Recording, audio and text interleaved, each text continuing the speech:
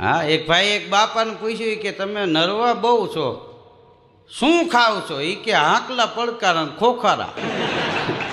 બાકી આ મોંઘવારી કે ક્યાં નામ લેવાય એવું છે. વાડી એક જણો વૈયા ઉડાડતો હતો, હરળ હરળ ગોફણીએ ઘા કરે. એમાં 4-5 સાધુ ત્યાંથી નીકળ્યા. 1:30 વાગી ગયેલો અને ઘરના કોઈ ભાત લઈને આવ્યા નહોતા. ગામડામાં ખેડૂવાડીએ હોય અને એની ઘરવાળી જે દિવસના 12 વાગે જમવાનું લઈને જાય એને આપણે દેશી ભાષામાં ભાત કહી. ભાતમાં ભાત ન હોય, બાજરાના રોટલા હોય.